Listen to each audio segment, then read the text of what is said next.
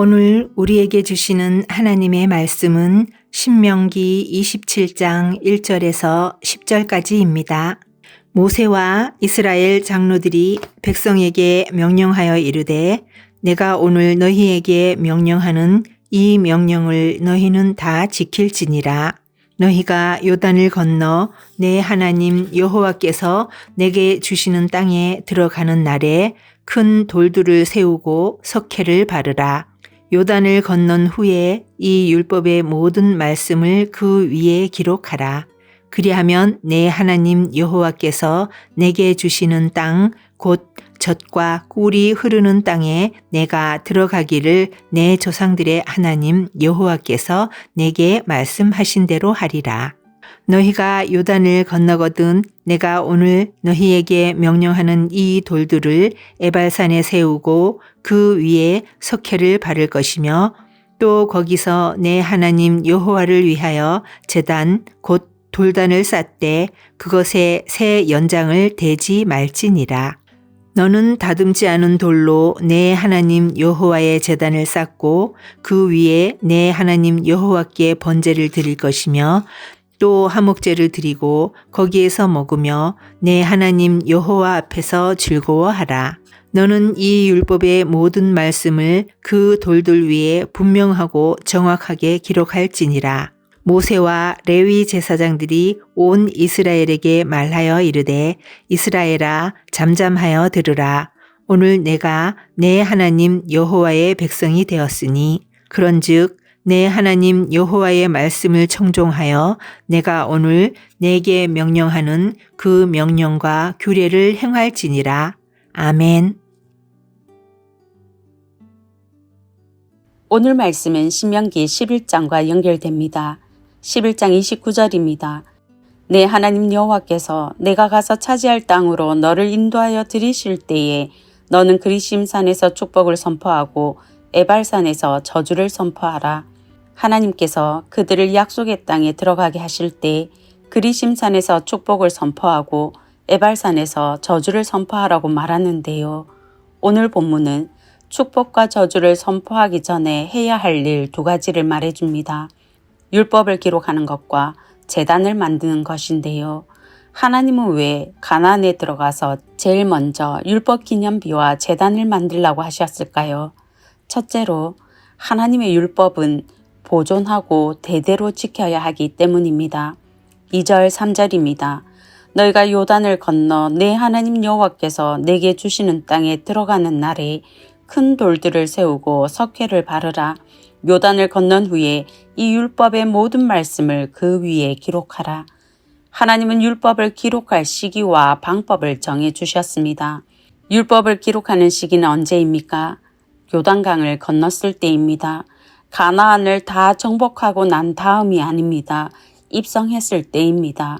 이스라엘의 새로운 역사가 시작되는 시기에 제일 먼저 율법을 기록하라고 하십니다. 하나님께 가나안 정복은 기정사실이기 때문입니다. 오늘 본문은 약속의 땅을 주겠다고 하신 그 약속의 성취를 전제하고 주신 명령입니다. 가나안 정복은 하나님께 달려있기 때문입니다. 하나님께서 정복하게 하실 것이기 때문입니다. 하나님께 이슈는 가나안 땅 정복이 아닙니다. 자기 백성이 하나님의 율법에 순종하는가 불순종하는가입니다. 왜 그렇습니까? 아담과 하와가 에덴에서 쫓겨난 이유를 생각해 보십시오. 불순종이었습니다. 불순종은 사소한 것이 아닙니다. 죽음을 가져다 주는 것입니다. 악한 것입니다. 이스라엘이 가나안 땅을 차지할 수 있는 이유도 이스라엘의 의로움이 아닙니다. 가나안 사람들의 악함 때문이었습니다. 악한 자를 토하여낸 땅에 또 다른 악한 자를 드릴 이유가 없겠지요. 하나님이 원하시는 것은 순종입니다. 율법 준수입니다. 그래서 큰 돌들을 세워서 율법을 기록하라고 하십니다. 고대 근동에서는 기념비적인 사건이나 국가 간 조약을 돌을 세워 기념했습니다. 왕의 명령이나 법령을 포고할 때도 돌을 세웠습니다. 돌에 중요한 공문서를 기록하는 것이 일반적이었습니다. 하나님이 돌에 기록하라고 한 것은 익숙한 방법이기도 하지만 돌의 성질과도 관련이 있습니다. 돌은 변함이 없지요. 변함없는 하나님의 율법의 영구성을 잘 보여줍니다. 대대로 보존되고 대대로 지켜져야 할 율법인 것을 보여주는데요. 기록 방식은 큰 돌들에 하얀 석회를 바르고 기록하는 것입니다. 이집트의 기록 방법인데요.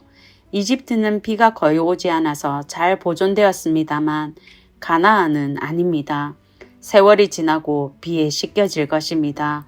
글자가 없어질 것입니다. 돌에 석회를 바르고 기록하는 방법은 장점이 영구성에 있지 않습니다. 선명도에 있습니다. 잘 보이는 것입니다. 잘 전수하기 위해 회칠해서 기록했는데요. 두 가지를 유념하며 기록했습니다. 하나는 모든 율법의 말씀을 다 기록하는 것입니다. 3절 상반절입니다. 요단을 건넌 후에 이 율법의 모든 말씀을 그 위에 기록하라. 이 말씀을 보면 한 가지 의문이 들지요. 얼마나 큰 돌에 기록해야 모든 말씀을 다 기록할 수 있을까? 모든 말씀을 다 기록할 수 있었습니다. 성경의 근거는 2절입니다. 큰 돌들을 세우라고 했지 몇 개의 돌을 세우라고 한정하지 않았습니다. 다 기록할 수 있는 만큼 돌을 세우면 됩니다. 역사적으로 당시 사용한 글자 크기를 보면 또 가능합니다. 함무라비 법전이 기록된 석비 크기에 돌 2개만 있으면 신명기 전체를 다 기록할 수 있다고 합니다. 다른 하나는 모든 율법의 말씀을 분명하고 정확하게 기록해야 합니다. 8절입니다. 너는 이 율법의 모든 말씀을 그 돌들 위에 분명하고 정확하게 기록할지니라. 왜 모든 율법의 말씀을 분명하고 정확하게 기록해야 할까요? 우리의 생사 화복이 율법 준수에 달려있기 때문입니다. 자녀들과 자손들의 복과 저주가 율법 준수에 달려있기 때문입니다.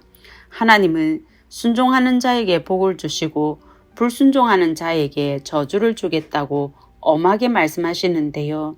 오늘 본문의 초점은 율법 준수에 따른 축복보다는 율법 위반에 따른 저주에 있습니다. 율법 기념비가 세워지는 장소를 보십시오. 4절을 보면 에발산입니다. 에발산은 저주가 선포되는 산입니다. 그 산에 율법의 기념비를 세우라고 하십니다. 이유는 분명합니다. 에발산에 세워서 모든 율법을 지키지 않으면 큰일 난다, 저주가 임한다는 것을 알리기 위함입니다. 엄하게 경고해서 반드시 순종하도록 하기 위해서입니다. 엄한 경고로 반드시 율법 준수하게 하려면 무엇을 지켜야 하는지 정확하게 알려야 하겠지요. 하나님이 말씀하신 율법의 내용을 감해서도 안 되고 더해서도 안 됩니다. 모든 내용을 분명하고 정확하게 기록해야 합니다. 알려야 합니다. 이토록 중요하면 영구히 보존하도록 돌에 새겨야 할 텐데 왜 석회를 발라서 기록하게 하셨을까요? 가나안을 정복하면 이스라엘 백성들은 흩어져서 살 것입니다. 에발산에 세운 율법의 기념비에 의존하면 거리가 멀수록 율법과 멀어지겠지요. 우상 만들기 좋아하는 사람의 본성상 기념비의 내용보다는 기념비를 섬길 가능성도 큽니다.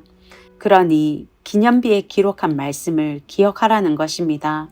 공동체에서 가르칠 책임은 이스라엘 장로들과 레위 제사장들에게 있는데요. 임종을 앞둔 모세는 가나안 땅에 함께 가지 못합니다. 그곳에서 가르칠 수 없습니다. 가나안 땅에서 가르쳐야 하는 사람들은 장로들과 제사장들입니다. 그들이 모든 율법을 기억하지 않고 가르치지 않으면 어떻게 될까요? 호세아 4장 6절입니다. 내 백성이 지식이 없으므로 망하는도다. 내가 지식을 버렸으니 나도 너를 버려 내 제사장이 되지 못하게 할 것이요. 내가 내 하나님의 율법을 잊었으니 나도 내 자녀들을 잊어버리리라. 백성이 하나님을 알지 못해 망하게 됩니다. 이스라엘이 망합니다. 그래서 모세는 설교할 때 율법을 가르칠 책임을 가진 장로들과 제사장들과 함께 했습니다. 가정 내에서 책임은 누구에게 있을까요? 신명기 6장 7절은 분명하게 말합니다. 내 자녀에게 부지런히 가르치며 부모에게 있습니다. 부모 세대는 하나님의 모든 말씀을 분명하고 정확하게 기억하고 자녀 세대에게 가르쳐야 합니다. 성도 여러분, 부모 세대가 보존하고 대대로 물려져야 하는 것은 재산이 아닙니다. 말씀입니다. 하나님의 모든 말씀을 분명하고 정확하게 전달하기 위해 먼저 하나님의 말씀을 듣고 읽고 배우고 준행하시는 부모님들 되시길 바랍니다. 이 일은 교회와 가정이 함께 협력해야 하겠지요. 자녀의 인생의 성공 여부는 말씀 순종에 달려있다는 것을 기억하시고 자녀들을 말씀이 있는 자리로 보내주시기 바랍니다. 교회 학교에서 여름 사역을 준비하고 있습니다. 지금부터 함께 기도해 주시기 바랍니다. 말씀을 맡은 교육자들과 교사들이 하나님의 말씀을 분명하고 정확하게 전달할 수 있도록 더하지도 감하지도 않고 신실하게 가르칠 수 있도록 기도해 주시기 바랍니다. 그래서 이번 여름이 말씀이 역사하는 위대한 여름 되기를 바랍니다. 둘째로 하나님이 찾으시는 것은 순종하는 예배자이기 때문입니다.